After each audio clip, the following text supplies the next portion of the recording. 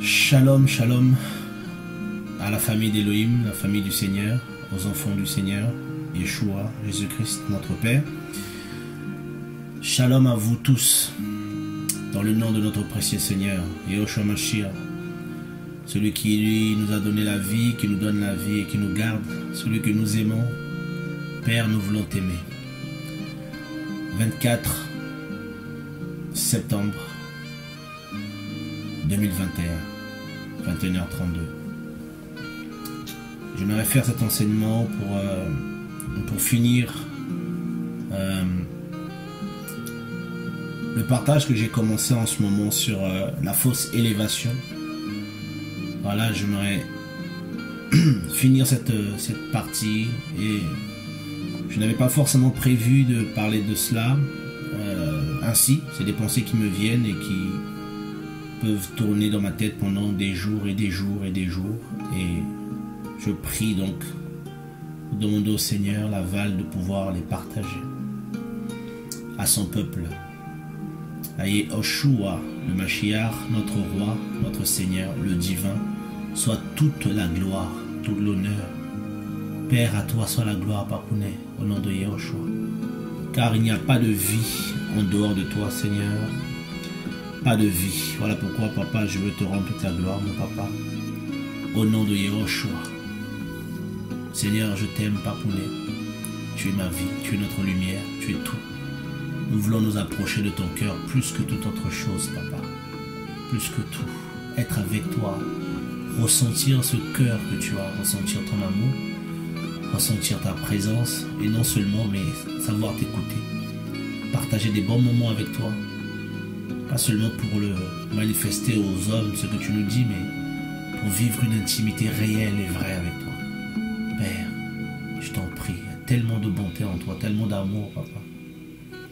Au nom de Yehoshua, je te remets ce moment et que toutes les personnes qui sont là, qui peuvent écouter cette parole puissent être enseignées. Au nom de Yehoshua, que moi-même aussi je le sois et que tu prennes possession de ce temps maintenant, que tu me contrôle mes pensées, ce que je veux dire et que chacun comprenne selon l'intelligence que tu lui donnes, car Paul a pu dire à Timothée, comprends ce que je te dis. Le Seigneur nous donnera l'intelligence en toutes choses. Donne-nous l'intelligence pour comprendre et que ceux qui sont sincères de cœur et humbles de cœur reçoivent la vie, la lumière, l'éclairage. Père, au nom de Yehoshua. Amen. Voilà, je m'en vais vous redire shalom de nouveau. Soyez vraiment bénis, soyez encouragés au nom du Seigneur, notre Maître. Voilà. Donc comme je le disais tantôt, je comptais, grâce au Seigneur, finir le partage que j'ai entamé sur la fausse élévation. Voilà, la fausse élévation dans la chrétienté, la fausse élévation dans le ministère aussi. Et en tout cas, j'ai eu beaucoup de pensées depuis quelques semaines, en tout cas, concernant cette chose-là, cette pensée-là sur la fausse élévation. Et j'ai compris pourquoi l'Église est dans cet état, pourquoi les chrétiens se retrouvent dans cet état et pourquoi beaucoup de chrétiens sont devenus des gens méchants, si on peut dire comme ça, dans le sens où c'est comme un sillon qui a été tracé, c'est comme un chemin. Beaucoup pensent vraiment servir le Seigneur, beaucoup pensent vraiment bien faire. Mais c'est comme une fausse route, une fausse carte. Quand quelqu'un reçoit une fausse carte et qu'on lui dit que voilà, il y a un trésor au bout, la personne va prendre un chemin et pensant être dans la vérité, mais étant tout à fait sincère, se dirige vers un chemin qui va le mener à une ruine, à une destruction.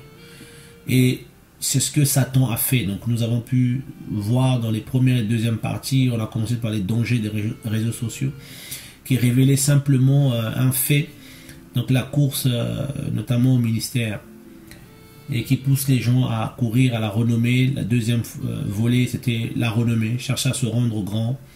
Et aujourd'hui, le troisième volet, ça sera le règne des hommes.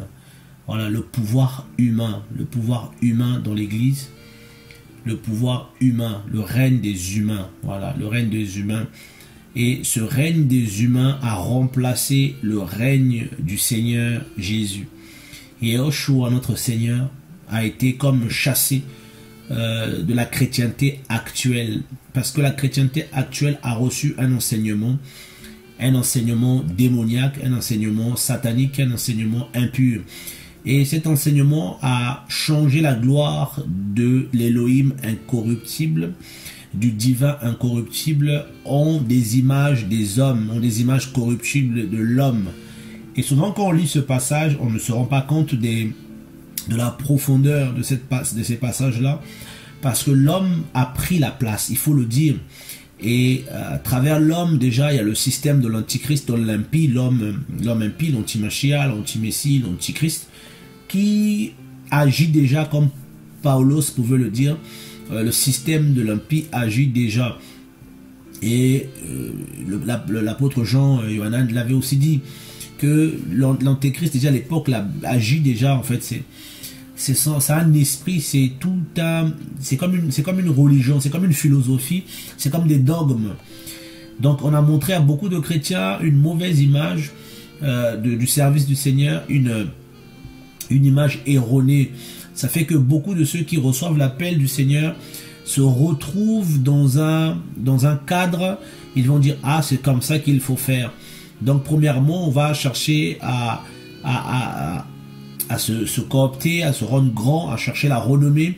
Et une fois qu'on a la renommée, donc le troisième volet de notre enseignement, une fois qu'on a la renommée, on va installer un autre Elohim, on va installer un Dieu humain.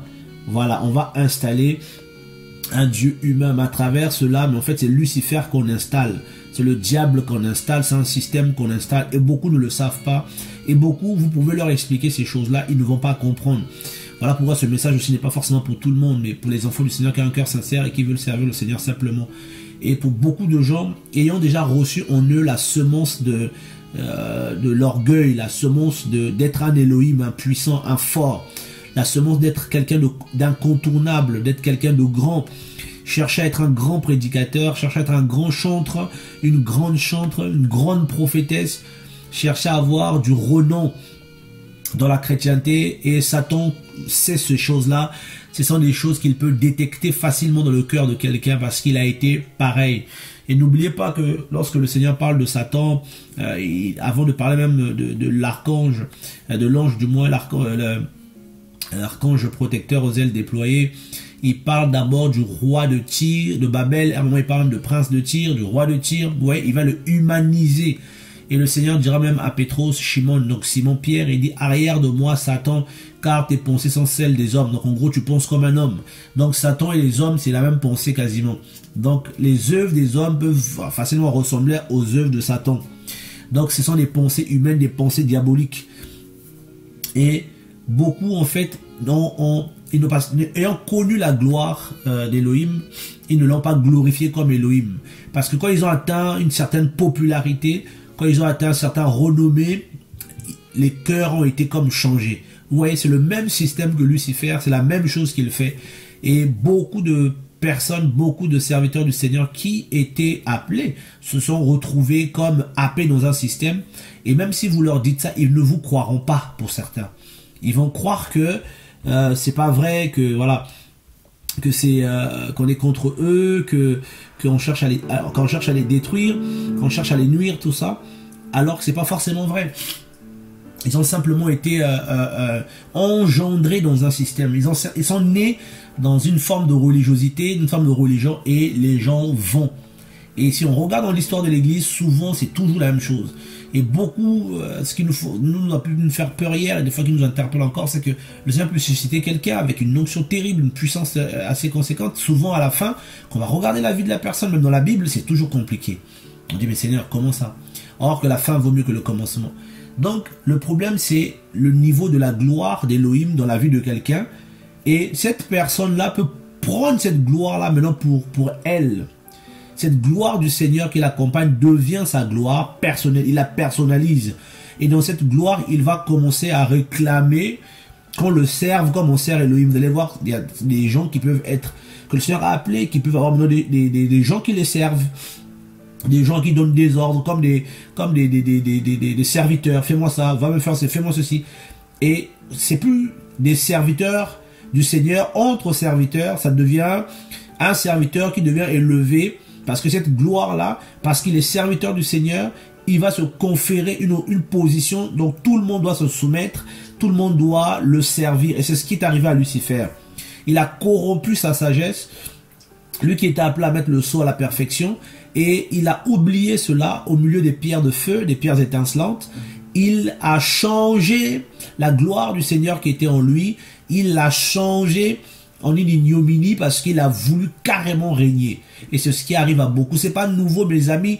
Tant que Satan existera, les œuvres de Satan seront toujours là et beaucoup sont possédés par ces œuvres-là. L'ennemi les conduit dans le même sillon, dans la même direction, dans la même manière de faire.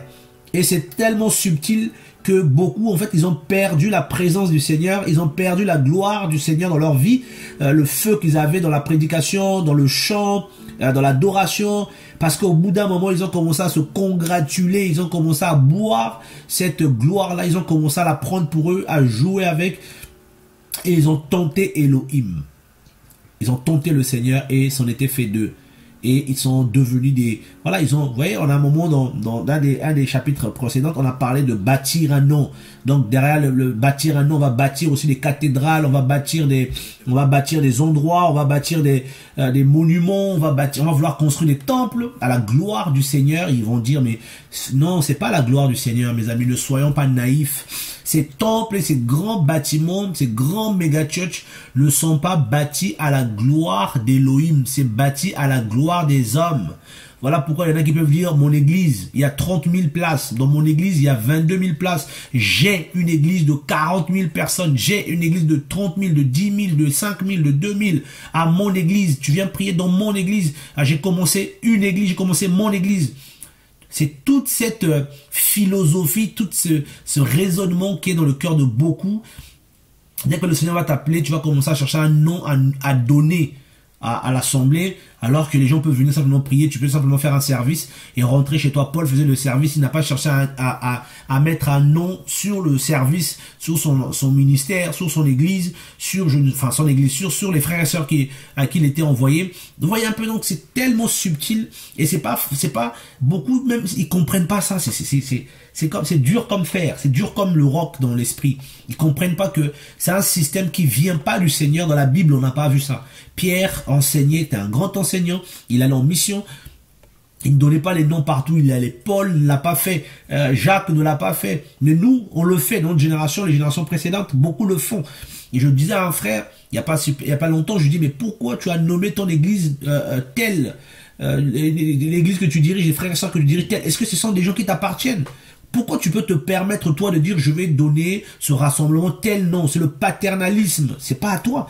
Or, c'est le père qui engendre qui donne un nom. Lorsque tu donnes un nom, c'est comme si tu reconnais être le père de ce mouvement, être le père de la chose que tu as. Donc, tu n'es pas le père de ces gens-là. Pourquoi tu peux surnommer mon église, le pain de vie, je vais donner ça. Vous voyez un peu, c'est subtil, mais c'est terrible. Se faire un nom. Donc, après cela, dès qu'on se fait un nom, on va atteindre une certaine renommée. L'ennemi peut faciliter cela, nous pousser à cela. Et dès qu'on est assis dans cette gloire, on devient comme le roi de Babel. N'est-ce pas là, Babel, la grande, la ville, je ne sais pas quoi, que j'ai bâti. Et là, on commence à dévier. Et on commence à dévier. Et je me rappelle une sœur qui me disait un jour, elle me disait, ouais, je me suis retrouvé dans un programme à l'assemblée, et il y avait du monde, il y avait des frères et sœurs, et il y avait Lucifer qui était avec nous, et je lui disais, mais Lucifer est avec nous, et personne ne semblait voir que Lucifer était assis là. Et s'est fait agresser par Lucifer, et Lucifer lui disait, tu sais, je vous ai toujours à l'usure, avec le temps, je finis toujours par vous avoir. Et quelqu'un me disait, des fois l'ennemi, quand tu es petit, te fait tomber, il n'a pas de gloire, il va te laisser monter jusqu'à un certain niveau pour te couper l'escalier, pour que la chute soit brutale et mortelle. Parce que tu tombes à 1 mètre, tu te blesses, tu tombes à 20 mètres, tu meurs. Et il y a vraiment cette séduction-là, en fait, et comme quelqu'un le disait, un frère disait, tenir dans la gloire, c'est pas évident, mais tenir dans quelle gloire? tenir dans la gloire d'Élohim. Être comme cet ânon, les gens jetaient, chantaient, mettaient des pagnes, l'ânon n'a rien dit. L'ânon faisait que marcher. Mais il y a des ânons aujourd'hui qui marchent. Ils ont le Seigneur sur le dos, mais ils marchent. Ils commencent à prendre les louanges, ils commencent à lever les pattes en l'air. Mais si tu lèves les pattes en l'air, celui que tu transportes là va se gameler, il va tomber avec toi. Toi, tu es un ânon. Marche simplement. Et c'est là que beaucoup tombent. Et je prends un passage dans la Bible. Ne vous inquiétez pas, les passages, je vais les prendre. Grâce au Seigneur. Vous allez voir ce que le Seigneur a vécu avec Satan dans la Bible, dans Matthieu 4. Seigneur, merci. Dans Matthieu 4, à partir du verset 8, ce passage est connu. Vous allez voir, c'est quasiment la même chose. Hein. C'est quasiment la même chose que nous vivons, que beaucoup vivront après. En tout cas, ceux qui sont appelés par le Seigneur vivront cela. L'assemblée, l'église véritable. Voilà. On ne doit pas perdre cela. Verset 8. Le diable le transporte encore sur une montagne très élevée et lui dit, lui montre tous les royaumes du monde et leur gloire. Tous les royaumes du monde et leur gloire. Et lui dit, je te donnerai toutes ces choses si tu te prosternes et m'adores. Alors Yoshua lui dit, retire-toi, Satan, car il est écrit, tu adoreras le Seigneur, ton Elohim, et tu le serviras lui seul. Le diable a dit, je te donnerai toute cette gloire-là. Toute cette gloire, ça à toi. C'est terrible. Et le verset 3 même, on va le prendre. Et le tentateur s'étant approché dit, si tu es le fils d'Elohim, ordonne que ces pierres deviennent des pains. Mais il répondit, il est écrit, l'être humain ne vivra pas de pain seulement, mais de toute parole qui sort de la bouche d'Elohim. Alors le diable le transporte dans la sainte ville et le met au sommet du temple. Et lui dit, si tu es le fils d'Elohim, jette-toi en bas. Oui, il le met au sommet du temple. Il a dit, voilà, voici les gloires des nations, je te le donne. Et aujourd'hui, on a ce discours dans l'église, le discours d'être des champions, d'être enfin, c'est impacter le monde. Et, tu vois, ça met les gens à un piédestal et beaucoup, en fait, reçoivent l'appel du Seigneur, mais ayant reçu déjà la semence de « moi aussi, j'aurai mon église. Ah, moi aussi, quand ça sera mon tour. Ah, frère, prie pour moi que je reçoive l'onction. » J'ai vu un monsieur comme ça une fois, un homme d'un certain âge, pasteur d'une grande assemblée, qui m'avait invité à prêcher dans son assemblée, voyant ce que le Seigneur avait fait. Il s'est mis à genoux devant moi, il s'est prosterné devant moi, j'étais choqué.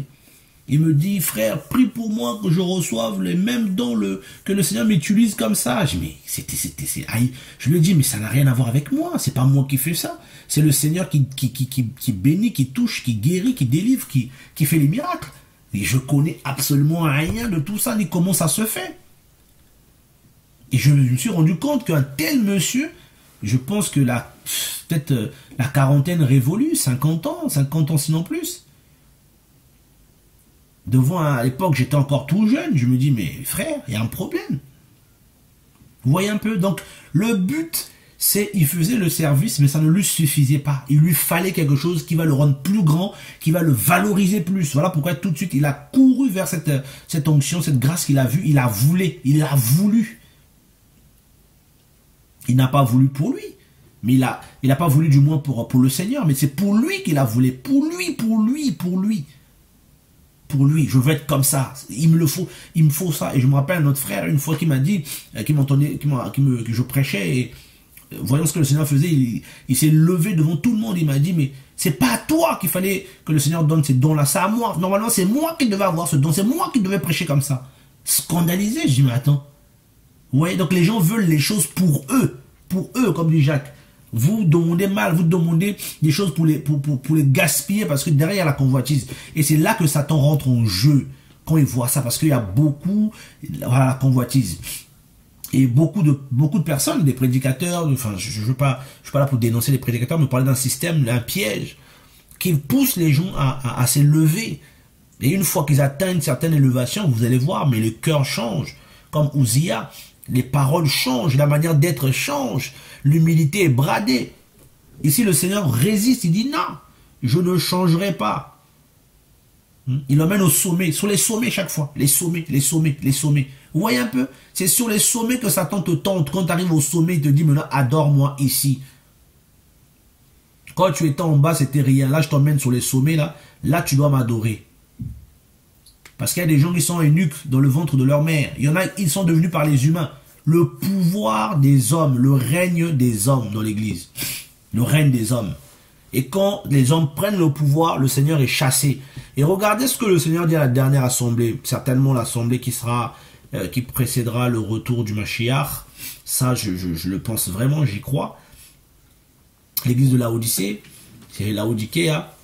Et je prends ce passage-là, à partir du verset 14 d'Apocalypse 3. Écrit aussi à l'ange de l'assemblée de Laodicée. Voici ce que dit l'Amen, le témoin fidèle et le véritable.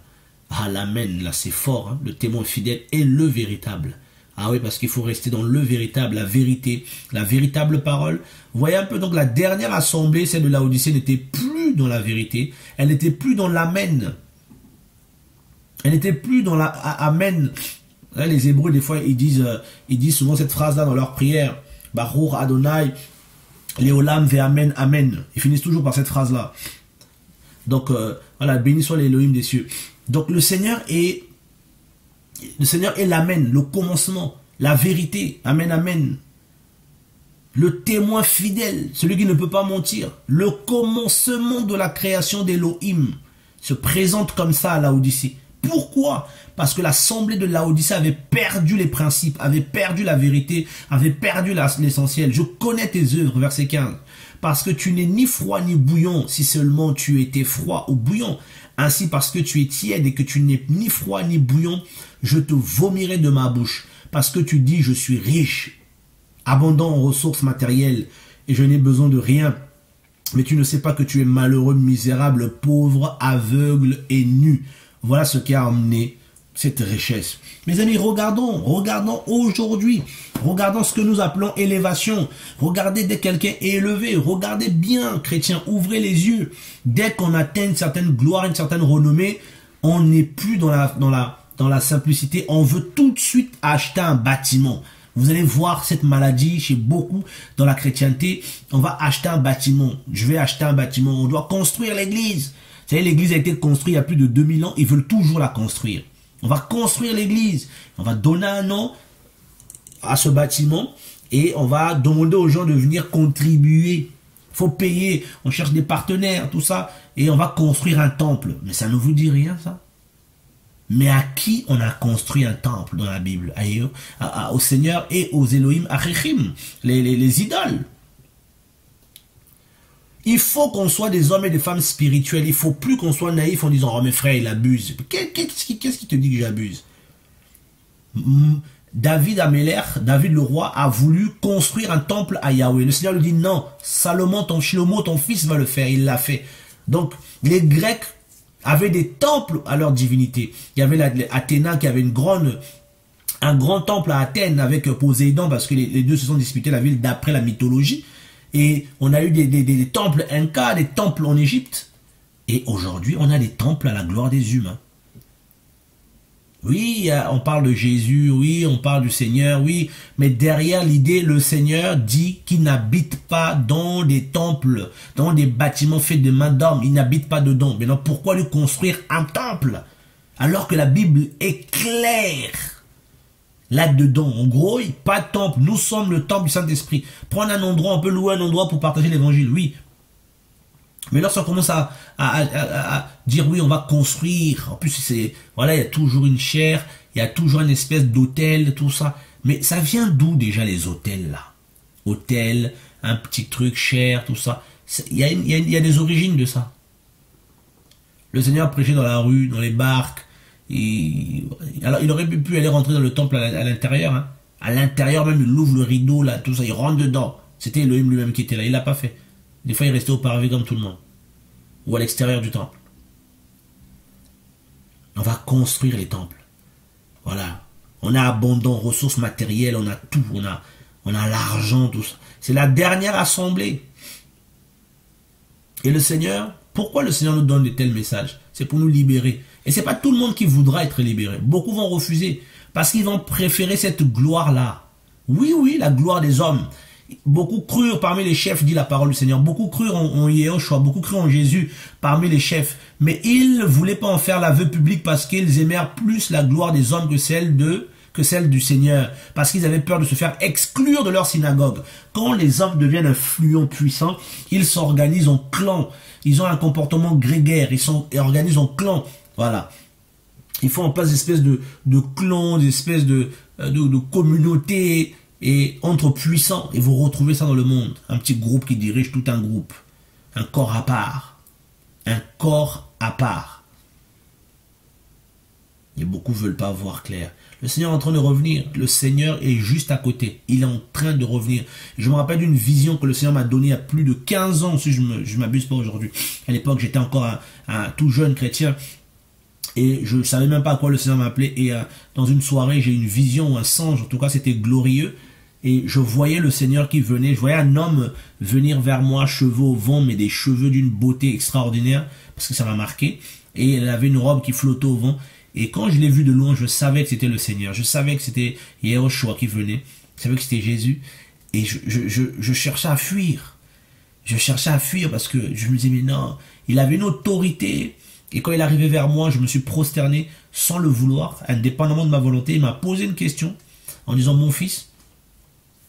Et je voulais vraiment pas rester à côté de lui. J'avais peur. Et je me suis retrouvé comme dans un temple. Il y avait un temple et j'ai vu des pasteurs en grand nombre venir lui dire, Seigneur, regarde ce que nous avons construit. Et le Seigneur avait les mains dans les dos, il marchait. Les pasteurs, je crois, ils étaient en costume cravate. Et lui, il avait sa robe. Et il regardait. Et puis il a dit, est-ce ceci que je vous ai envoyé me construire? Et il a fait un geste et j'ai vu des ombres prendre ces gens et disparaître avec eux. Et j'ai compris que cette vision ne plaisait pas au Seigneur. Cette vision de grandeur, de construction comme celle du 13e, 14e, 12e siècle avec les cathédrales, ça ne plaisait pas forcément au Seigneur. Le Seigneur voulait vraiment la construction des cœurs, la construction de vie. Et les personnes que le Seigneur appelle, qui sont touchées par le Seigneur et qui veulent suivre le Seigneur et qui comprennent ces réalités-là, sont attaquées, sont vilipendées, sont critiquées, sont haïes, ne sont pas invités parce que ils sont comme Jean-Baptiste, ils font tâche dans le décor. On ne veut pas d'eux. Voilà. Et qu'est-ce qu'ils racontent, ces gens-là? Ils ont un message qui ne cadre pas avec la majorité. L'église de Laodicée, c'est celle-là. L'église où il y a des alliances, des fédérations, des confédérations. Et derrière, voilà, c'est les honneurs. On atteint la renommée, on atteint la gloire. Et l'homme règne maintenant. C'est plus le Seigneur qui règne. Et vous avez, quand c'est comme ça, des gens qui commencent à servir l'humain. On sert l'homme. Voilà, on commence à servir l'homme, on n'est plus libre. On commence à adorer l'homme, des chansons à sa gloire. On commence à se prosterner devant l'humain. On commence à prendre la parole d'Élohim, la parole de l'homme, comme si ça sortait de la bouche d'Élohim. Et c'est fini. Et cette assemblée, elle est quoi? Elle est malheureux. Voilà. Tu es malheureux, misérable, pauvre, aveugle et nu. Tu n'as pas le vêtement sacré. Tu n'as pas la vision céleste. Tu es pauvre parce que tu n'as pas la présence du Seigneur. Tu es misérable parce que tu n'as pas la communion. Tu es malheureux parce qu'il n'y a pas la présence du Seigneur avec toi. Je te conseille d'acheter de moi de l'or fondu par le feu purifié, la révélation, afin que tu deviennes riche et des vêtements blancs, afin que tu sois vêtu et que la honte de ta nudité ne paraisse pas, et un collier pour oindre tes yeux afin que tu vois. C'est ce qui est arrivé aux pharisiens dans Jean 9. Ils pensaient qu'ils voyaient. Ils se disaient être des voyants. Et le Seigneur a dit, parce que vous dites ça, eh ben, vous mourrez dans vos péchés. Donc, c'est ce temps-là qu'on traverse, en fait, le règne des humains. Donc, l'homme a pris le pouvoir dans l'assemblée. C'est fini. Et c'est vraiment fini. Et c'est ce que nous vivons, chrétiens. Ouvrons les yeux. Et c'est ce que nous vivons. Je vais quand même prendre le livre de Romains. Romains 1er pour en parler, parce que c'est important. Pour que vous compreniez Romains, le premier chapitre, à partir du verset 21.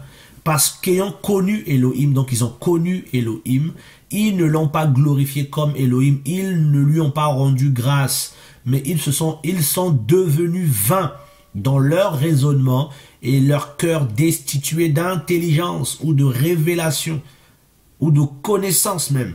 a été couvert par les ténèbres. Donc au début, ce n'était pas le cas.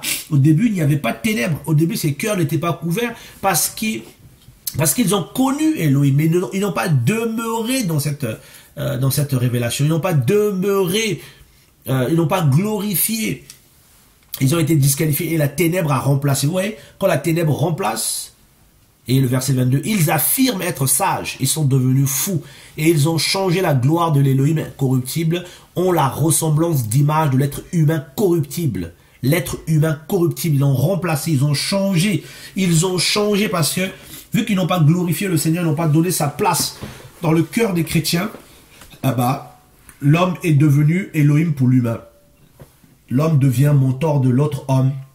C'est mon mentor. On a besoin du Saint-Esprit. On n'a pas besoin d'un humain mentor. Le Seigneur ne tirait pas sa gloire des hommes. On va se prosterner devant un homme. On va se mettre à genoux. On se met à genoux. C'est terrible.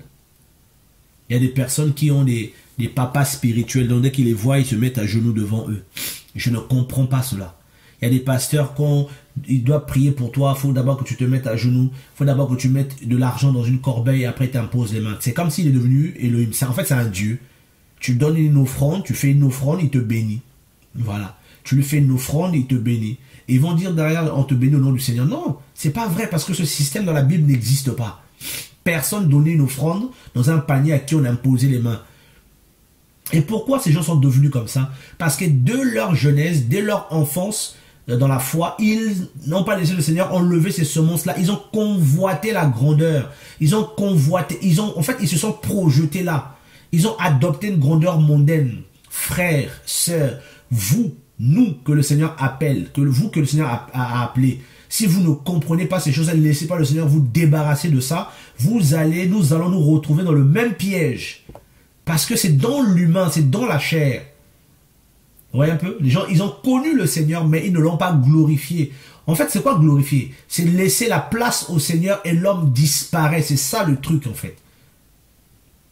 Et on va se mettre devant, on va vouloir qu'on soit reconnu grand prophète. Il y en a des gens là, big prophète. Mais vous imaginez, big prophète, et ils trouvent ça normal qu'on appelle comme ça. Tu es possédé déjà. Vous voyez un peu? Voilà les fruits, voilà les symptômes de cette maladie-là.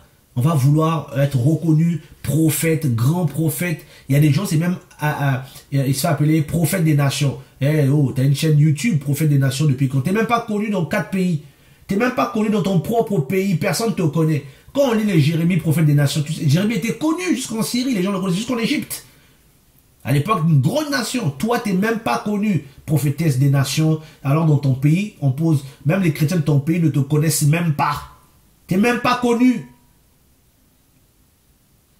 Mais les gens se frappent des titres. Apôtre des nations, apôtre des nations. Combien de nations tu as voyagé même ou même pour que tu sois. Beaucoup n'ont même pas fait, juste la grandeur. C'est terrible, mes amis. Et c'est ce genre de comportement qui a chassé la présence du Seigneur. L'église de Laodicée. Ils ont chassé là. Parce que si vous lisez l'église de Laodicée au verset 20 de l'Apocalypse 3, le Seigneur dit, voici je me tiens à la porte. Comment se fait-il que le Seigneur est à la porte? Parce que c'est le règne des hommes. Laodicea veut simplement dire la justice des hommes. Parce que Diké était une divinité, la divinité de la justice chez les Grecs. Laos, le peuple. Pouvoir au peuple, donc jugement du peuple, justice du peuple. Donc c'est le peuple, c'est les humains qui font la loi. Laodicea. C'est plus le Seigneur qui fait justice, c'est le peuple, ce sont les hommes. Ils ont chassé le Seigneur et c'est eux qui règnent et il n'y a plus la présence du Seigneur. Les gens sont malades. Les gens vont à l'assemblée, on leur demande toujours l'argent, rapporter l'argent, rapporter l'argent, rapporter l'argent. Les cultes, tout est centré sur l'argent. C'est plus sur la personne du Seigneur parce qu'il est dehors. Comment voulez-vous qu'on enseigne sur la révélation du Mashiach, la révélation de Yehoshua, la puissance de Yehoshua parce qu'il est dehors? Comment voulez-vous que son esprit inspire ces choses lorsque l'esprit se retrouve dehors? Parce que les hommes ont pris le pouvoir. C'est malheureux. Et Paul disait dans Romains 16, ces sortes de gens sont les esclaves, non pas de notre Seigneur Yehoshua, Mashiach, mais de leur propre ventre. Et par les moyens de douces paroles et de flatteries, ils trempent les cœurs des inoffensifs. Il y a des chrétiens inoffensifs tellement gentils. Ah, c'est mon papa. Ah, c'est mon daddy, c'est mon papounet, c'est mon nanani, c'est mon nanana. Et ils se font séduire. Ils sont inoffensifs par les flatteries. Ah, tu es ma fille. Ah, ma préférée. Oui. Ils deviennent même des pères à la place du Seigneur dans la vie des chrétiens. Les chrétiens n'ont plus de père, étant le père spirituel véritable, le père céleste. Ce sont maintenant des hommes qui sont leurs pères. Moi, je vois même des jeunes que je tiens à dénoncer au nom de Yehoshua, des jeunes qui n'ont même pas 30 ans, qui sont là, ah, c'est mon fils. Et quand tu regardes qui il appelle son fils, tu dis, mais c'est ton fils, pourquoi? Parce que tu prêches. Parce que tu prêches, tu penses qu'il est ton fils. Ah, c'est mon fils spirituel, mais il faut arrêter, mais pour qui? Mais voyez le niveau d'orgueil qu'on a atteint. Vous croyez que vous êtes devenu Paul? Quand Paul dit c'est son fils dans la foi, vous êtes devenu Paul, vous avez le travail que Paul a battu, l'appel qu'il y avait dans la vie de Paul, l'engagement que Paul a eu envers Timothée, envers Tite. Est-ce que vous avez eu cet engagement envers les frères et sœurs? C'est terrible. Le niveau d'orgueil. C'est terrible. Des immatures qui font le service, certains des immatures, et qui se prennent pour des gens sérieux. Alors que, au lieu de laisser le Seigneur les travailler, peut-être qu'ils sont vraiment appelés, et il y a déjà cette séduction-là, ils veulent être des pères dans la foi, des pères spirituels. Ils ont déjà ça en eux, j'en connais beaucoup. Ils ont déjà ça en eux. Ils ont déjà cette semence-là, déjà. C'est terrible. Et dans cette semence-là, si c'est pas éradiqué par le Seigneur, cette semence va se manifester un jour. Et ça peut créer des dégâts. Des dégâts. L'homme est très idolâtre. Si ce n'est pas les dirigeants qui prennent le pouvoir, donc le premier volet de mon propos, il y a aussi les chrétiens eux-mêmes qui poussent les gens à ça. Les chrétiens, ils vont les humains, les gens qui viennent écouter la parole, c'est souvent eux là, ce qu'on appelle, moi je suis un frère normal, donc les autres sont pas normaux. Les chrétiens, ceux qui prêchent sont pas normaux, et vous qui écoutez l'évangile, peut-être que ce n'a pas appelé à la prédication, vous êtes, mais c'est pas pour non, moi je suis un frère normal, je prêche pas. Ah bon? Tout chrétien a reçu la parole, doit la prêcher, même s'il n'a pas forcément reçu le ministère les 5 ministères d'Éphésiens. 4. Acte 12. Regardez ce qui s'est passé. Folie de chez folie. Les hommes sont dangereux. Frère, les hommes là sont dangereux. Ah, les hommes sont dangereux, frère. Très dangereux. Ils vont te pousser. Derrière, il y a Satan et les hommes vont te... Parce que tout à l'heure, on a dit que Satan, et le Seigneur a dit que arrière de moi parce que tu as les mêmes pensées que les humains. Hérode, acte 12, 21. Or, au jour fixé, Hérode, revêtu de ses habits royaux, s'assit sur son trône et adressa un discours au peuple. Un discours. Or, le peuple criait, voix d'un Elohim, en d'autres termes, voix d'un Dieu, et non d'un être humain. Voix d'un Elohim, voix d'un Dieu, voix d'un Théous. C'est terrible. Hérode qui était dans son nom juif. Hérode, qui était roi en Israël, le peuple dit, voix d'un Elohim. C'est pas possible ça. Et immédiatement un ange du Seigneur le frappa parce qu'il n'avait pas donné gloire à Elohim. Voilà. Comme dans Romains 1. Ils n'ont pas donné gloire à Elohim et ils ont été frappés d'égarement. Parce qu'au niveau de la gloire, c'était... Ouais, Hérode ici, il était élevé, il avait atteint le summum, il était roi en Israël. Il était roi. Et cette position de royauté lui conférait une sorte de pouvoir et il s'est substitué à Elohim lui-même. Voix d'un Dieu, dans d'autres versions. Voix d'un Dieu.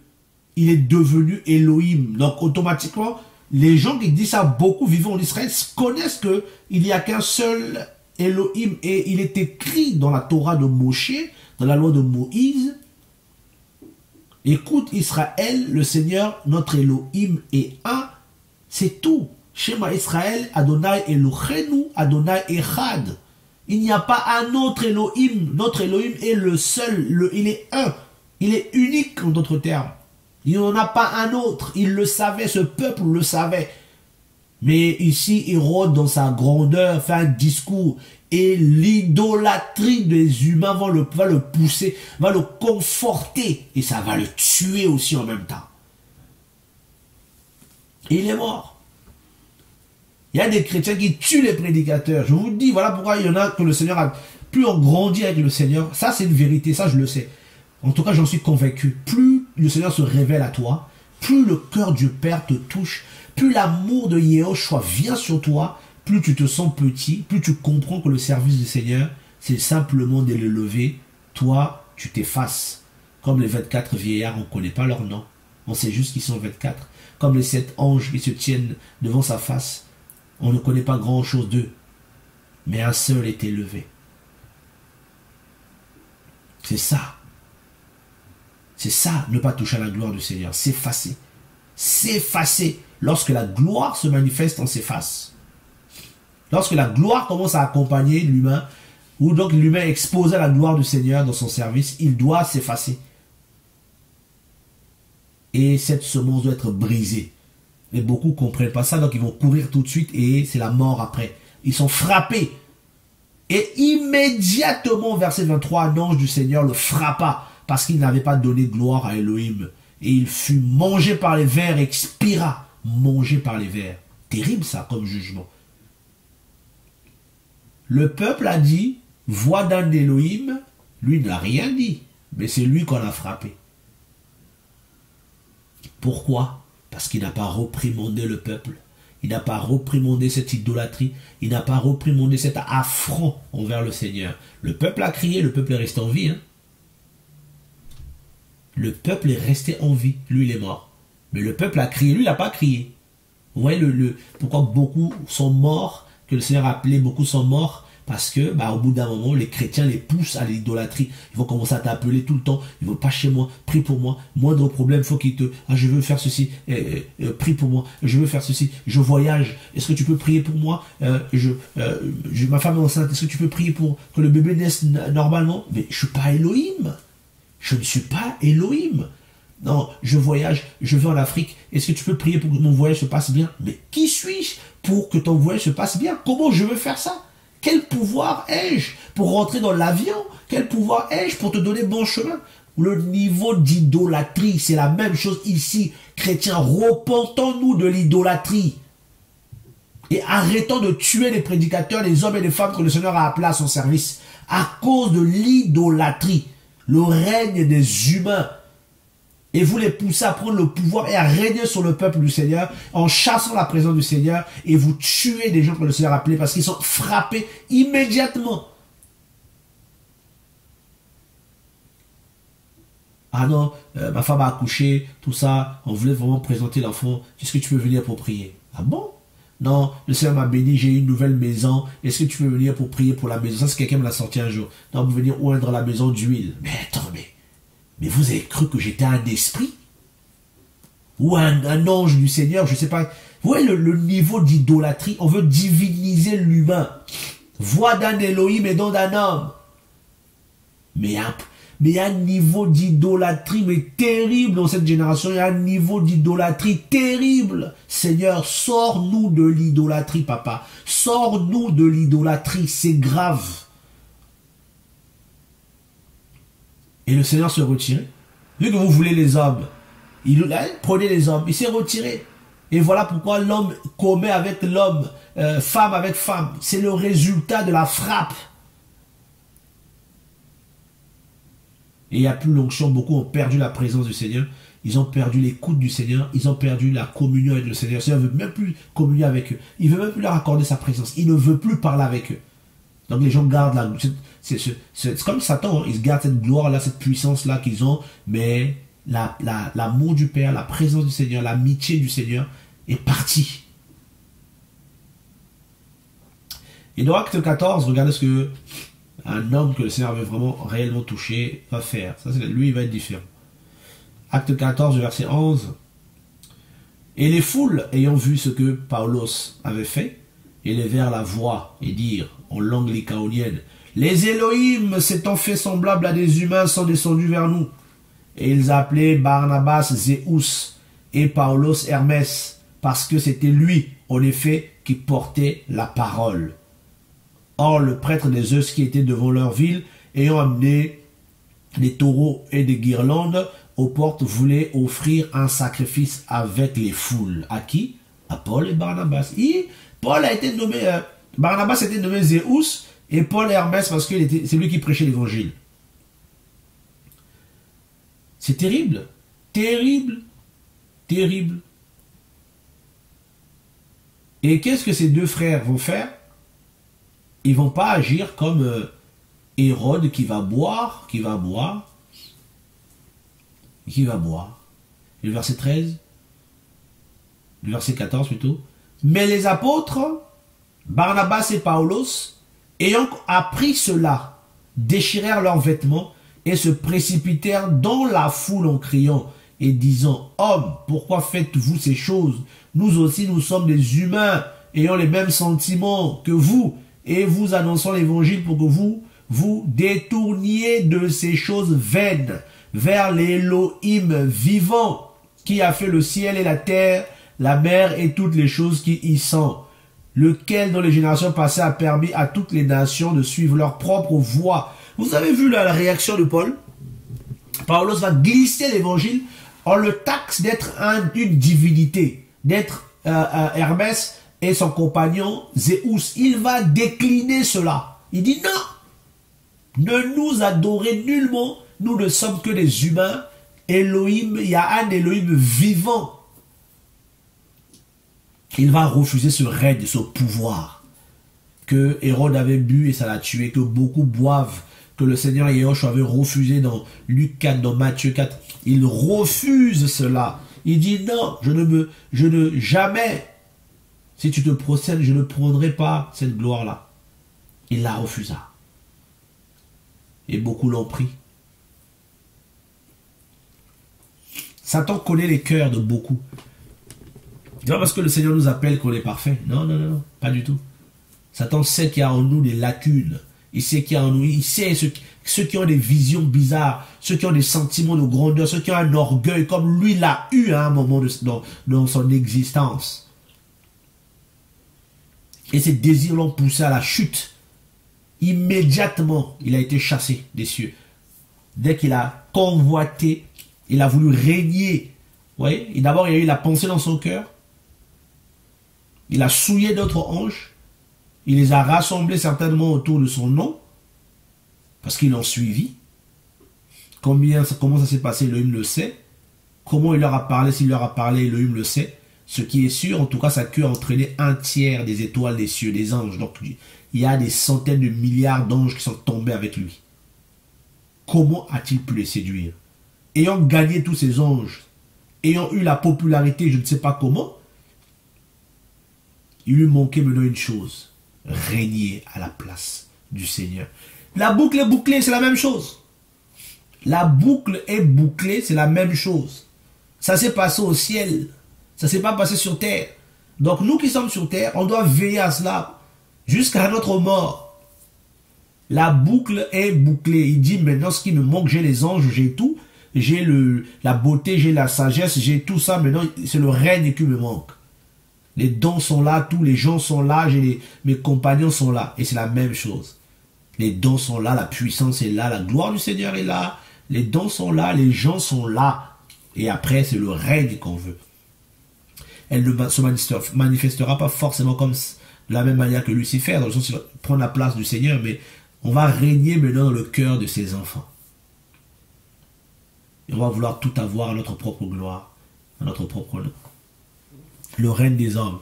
Et ça fait que les chrétiens deviennent idolâtres, ils n'ont plus de relation avec le Seigneur, ils courent vers les humains, moindre bobo, il faut qu'ils parlent à quelqu'un, moindre bobo, ah, j'ai besoin de ceci, et on ne consulte plus le Seigneur, parce que le Seigneur est mis dehors. Et si le Seigneur est à l'intérieur, les gens ne consulteront plus les humains. Voilà. Ce message n'était pas vraiment pour blesser ou pour casser quiconque ou les prédicateurs ou attaquer les chrétiens, les chantres, non, pas du tout. C'est juste pour nous enseigner grâce au Seigneur et pour nous partager qu'on doit faire de plus en plus attention et nous montrer simplement pourquoi aussi un des aspects de l'état de l'Église actuelle, c'est cette confiscation de la gloire des hommes. Les hommes règnent, ils ont chassé le Seigneur parce que beaucoup ont des semences ainsi comme cela dans leur cœur. Ils veulent être des grands hommes d'Élohim, des grands prédicateurs, des grands chantres. Beaucoup ont été bercés par des prophéties comme ça. Tu prêcheras dans les stades, tu seras élevé. Moi, je me rappelle une fois, on m'a sorti carrément un truc. On parlera de toi pendant 1000 ans. Waouh, maintenant le millénium, là, on va parler de qui? On parle plus du Seigneur, on parle de nous, mais il y a un problème là. J'ai reçu toute espèce de prophéties qui m'ont glorifié, oh là là. Et ça en fait, j'ai compris plus tard, mais ça me tue. En fait, ces gens-là voulaient me tuer parce que j'ai cru, moi, à ces prophéties. Ça a modifié ma manière de parler, ça a modifié ma manière de me comporter, ça a modifié ma manière d'être. Parce que j'ai cru à ces prophéties. Et ça m'a changé. Vous voyez, ça gonfle, ça change. Et puis, il faut, après, des brisements, des pleurs, des souffrances, et l'enseignement du Seigneur, l'amour, la communion avec le Seigneur, l'amour du Père, et plus tu te rends compte que le Père est tout puissant, tout grand, et toi, tu es poussière du microbien. En tout cas, soyez bénis, soyez fortifiés dans le Seigneur, et soyez encouragés. Et j'encourage toutes les personnes qui ont la grâce du Seigneur, qui ont reçu un appel de la part du Seigneur pour le servir. Je les encourage à ne pas chercher la gloire humaine, à ne pas chercher à se positionner, mais à servir le Seigneur simplement, sans chercher à se faire un buzz. Béni soit l'Élohim des cieux. Merci pour ta gloire, merci pour tout, merci pour ton esprit, merci pour ta sagesse. Père, au nom de Yahushua. Amen.